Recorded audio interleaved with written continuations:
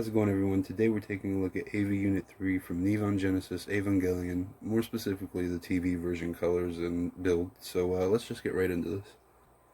So to get started, this particular AV unit's a very short-lived unit. It's only in the show for maybe 1 or 2 episodes. I think, I'm not 100% sure. It's piloted by Toji Suzuhara, one of Shinji's classmates in the show, but it changes in the rebuild movies. I guess we'll save that for another video altogether. I guess before we get into our articulation, I just want to say that this kit is an exact copy of AVA Unit 2 and 0, the high-grade versions. The head sculpt is the only real difference, of course, and some of the stuff that it comes with as well, but I guess right now we'll just jump right into articulation.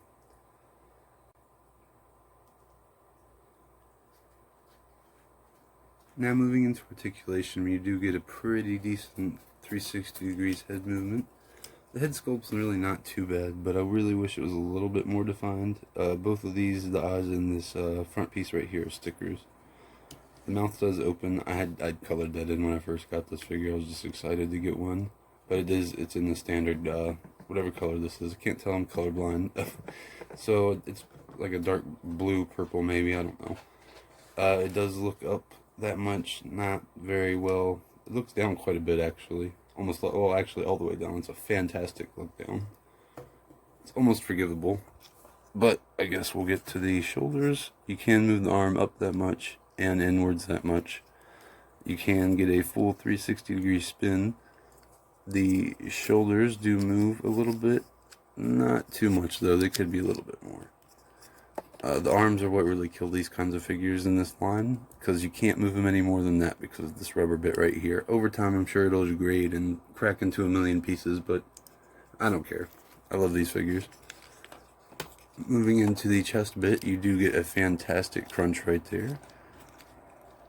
I do need to mention all these black bits and the stickers on the chest plate and the sides. There's a lot of, color coding you need to do. It can go to the sides a little bit. There is a little bit of wiggle room. It's pretty decent articulation-wise. Let's see if we can get the camera to focus back up. Here we go. Now moving on to the leg bit. It can do a full 360 degrees spin. Oh, came out a little bit. Pop that back in there. So it can spin. You do get a pretty decent spread. It's not too bad. Get a nice little bend in the knee there. It's pretty standard with most kits. Now watch out for if you buy this kit. I had trouble with mine. The pieces didn't match up and they broke when I tried to force them together. It was my fault entirely. Just watch out for it, because some of these pieces are really brittle. You do get a little bit of movement in the knee pad things right here. And now moving into the feet, you do go that much and this far back. You get a little bit of wiggle room and a little bit of side-to-side action. Not anything too far out there, but enough to please, Ava fans in general. It's a pretty decent kit. I guess with all this being said, we'll move into the accessories portion of this video.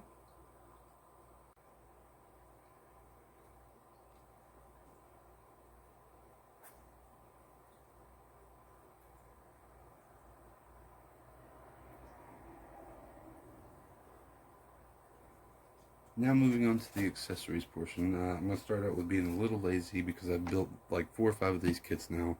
I did not build the pallet rifle or the umbilical cable for this kit because I have 4 or 5 of them already. I really didn't feel a need to. It's been the same quality with each one of these kits. It's pretty decently detailed, not too much to put together right there. Like I said, it's like 2 pieces all together. The hose is just a little rubber hose. There's no wire or anything in it. So it's very, very, you can't hold its weight or anything like that. Moving on, we have the positron gun, and it's what it says it is in the book, the instruction booklet, or it's what it somewhat loosely translates to at least.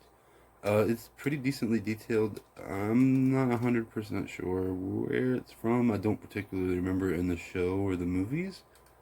Maybe it's in the manga or something like that, and I'm just not, very aware of it. There's a lot of manga out there that I have not read. But it's pretty decent. It's very odd, very, I don't think any of the other Ava kits that I've seen actually come with something like this. See if I can get a close-up, get some of that decal work. Or detail, I'm sorry. Okay, so yeah, as you can see, it says 20 times on both parts. This is all that it came with. There's no other pieces that came with this. Alright, and moving on. This kit also came with, I do not know if this was just a one-time thing, but this was actually just laying in the box. I'm not 100% sure if it was supposed to come with it. The box was sealed. It's just a very basic spear that was gray when I got it, but I painted it up a little bit. No idea what it's from. I assume it's a human weapon that they just threw in there by accident in the factory, maybe. It would have been great to know. There's no real detail on it. There's nothing etched into it. Basic. And you also get more of the weirdly scaled figures. Now this one is Toji and Shinji. And I have to say, the detail in this ones are not very good. I'm assuming it's just my print.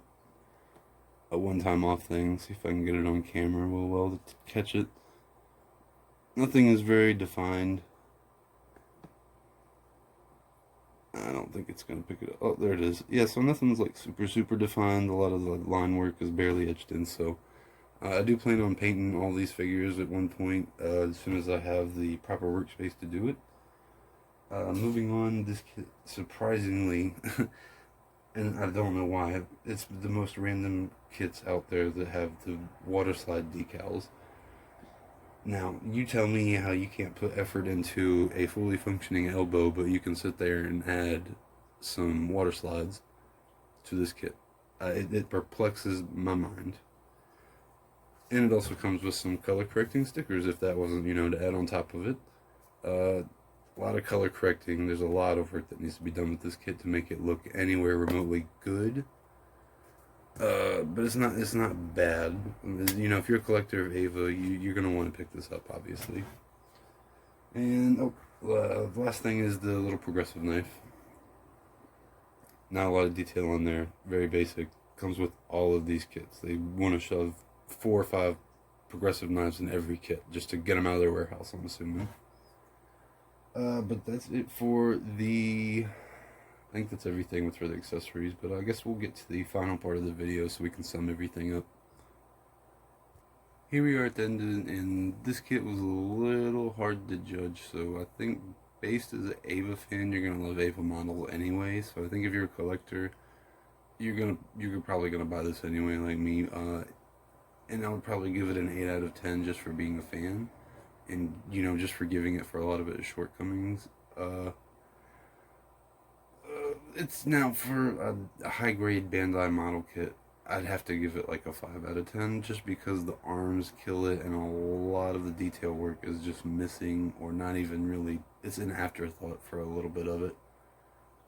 The head sculpt could have been a lot better. It hurt this figure a lot. I really hope they redo all of these Ava kits in the future. I'd love new perfect grades of Ava 1 or even conversion kits for Unit 0 and 2 and 8. All in all, for the fans, I recommend it if it's a kit you're just looking to build because you want to build some mecha. If you can even consider Evangelion mecha. But there's better options out there for you. I just built the, what was it, the high-grade Galf Gundam. That was an excellent high-grade Gundam if you're looking for some mecha right there. But I guess that's everything, and I just want to say thanks everybody for watching. If you want to see more content, follow me on Instagram at BarryGumpla. And if you could, like and subscribe if you enjoy these videos and want to see more. And as always, stay tuned.